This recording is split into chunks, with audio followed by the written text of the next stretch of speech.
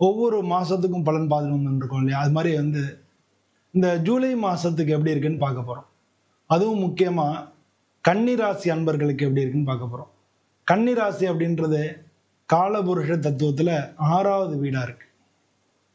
இந்த ராசிக்கு அதிபதி புதன். இந்த ராசியில இருக்கக்கூடிய நட்சத்திரங்கள் உத்திரம் 2, 3, 4 பாதங்கள், ஹஸ்த நட்சத்திரம், சித்திரை 1, 2 பாதங்கள். இதெல்லாம் வந்து இந்த ராசியில இருக்கு. பொதுவா வந்து உங்களுக்கு வந்து கண்டகச்சனி நடக்கிறது இல்லையா? அந்த சனி பகவான் இந்த மாதம் 13ஆம் தேதி வக்ரம் அடைகிறார். சனி வக்ரம் அடைகிறார். கண்டகச்சனி வந்து உங்களுக்கு வக்ரம் அடைகிறது. உங்களுக்கு ஆல்ரெடி வந்து குரு பகவான் உங்களுக்கு 10வது வீட்டுல இருக்காரு.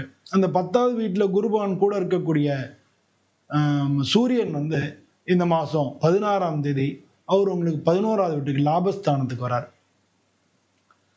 இந்த லாபஸ்தானத்துல ஏற்கனவே இருக்கக்கூடிய புதன் இருக்கு இல்லையா?